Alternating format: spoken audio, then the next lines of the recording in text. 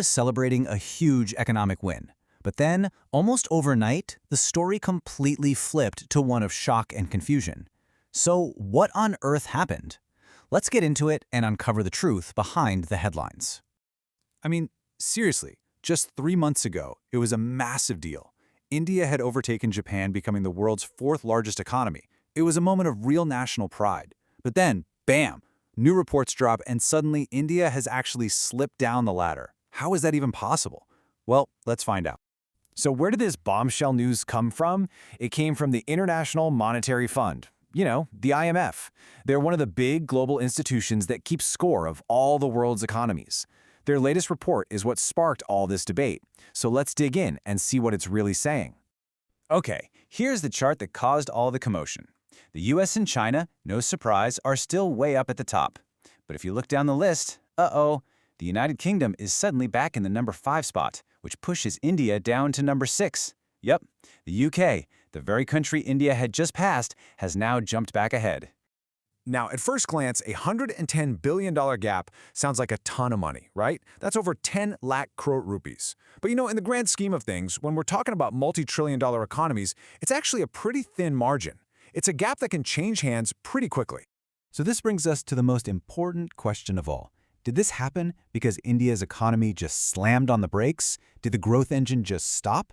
I mean, the headlines make it sound like a disaster, but the real story is way more nuanced and honestly, a lot more interesting. And here is the central puzzle of this whole situation.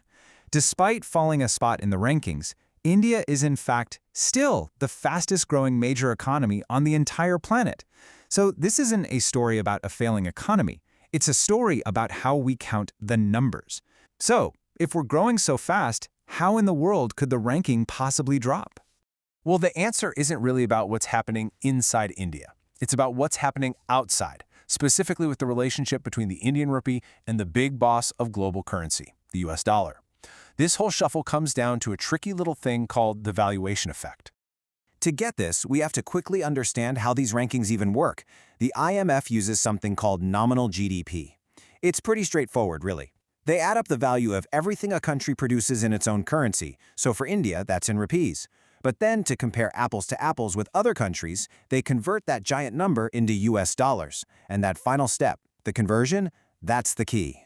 And this is where that valuation effect kicks in. Just imagine your country's economy is booming in rupees. You're making more money than ever. But if the rupee gets weaker compared to the dollar, then when you do that final conversion, your whole economy actually looks smaller on paper. It's a bit of a statistical illusion. And let's look at the real numbers. A couple of years ago, one US dollar would get you about 83 rupees. Today, that same dollar gets you around 93 rupees.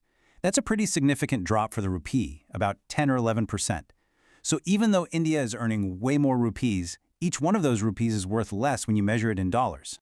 So, why is the rupee weaker? Well, it's mainly due to two big global pressures. First, conflicts around the world have made crude oil more expensive, and India has to buy that oil using US dollars. That high demand for dollars makes our rupee weaker. Second, when the world feels uncertain, big investors often pull their money out of markets like India and park it in the US, which they see as safer. That also puts pressure on the rupee. So does all this mean India's economy is actually in trouble? Well, not so fast. Remember, that nominal GDP figure is just one lens to look through. If we switch to a different lens, we see a completely different, and frankly, much more powerful picture. Just look at this. This chart shows you the actual growth rate, the speed of the economic engine. India's economy is expanding at a super healthy 7% plus. The UK's economy? It's growing at less than 1%. I mean, it's not even a contest. This shows you that fundamentally, India's economy is running much, much hotter. So, to quickly recap, this is the official ranking, the nominal GDP one. This is the number that gets skewed by the dollar exchange rate, and it's the one that caused all those shocking headlines. But now, check this out. This is a different ranking, based on something called Purchasing Power Parity, or PPP. This method doesn't just look at currency rates, it looks at how much stuff your money can actually buy in your own country.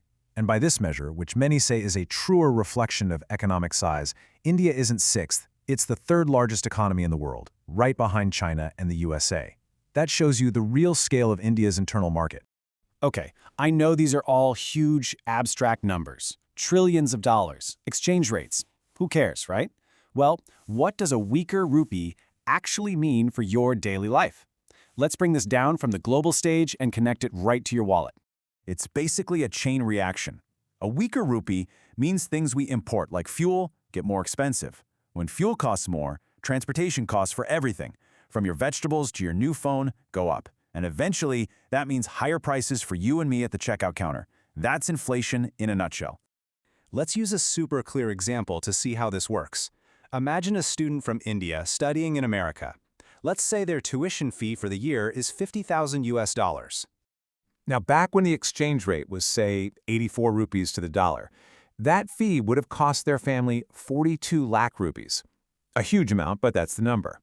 But today, with the exchange rate now at 93 rupees to the dollar, that exact same $50,000 fee now costs 46.5 lakh rupees.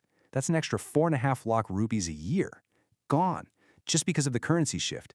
That's a real painful impact. So, after all this, is the future looking grim? Absolutely not. In fact, the very same IMF report that showed this temporary dip also gives a very, very bright forecast for India's future. And here it is, straight from the horse's mouth. The IMF says this dip is temporary. Because of India's powerful underlying growth, they project that by 2027, India is set to leapfrog both the UK and Japan to solidly become the world's fourth largest economy again. So what's the game plan? Well, economists say the path forward is pretty clear. The top priority is to stabilize the rupee. That means focusing on long-term strategies like becoming less dependent on imports, boosting our own exports to earn more dollars, and creating an environment that attracts stable, long-term foreign investment. So, at the end of the day, this isn't really a story about an economic decline. It's a fantastic lesson in the difference between a temporary headline and the true underlying strength of an economy.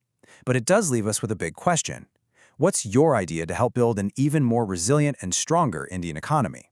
Thanks for joining me for this breakdown.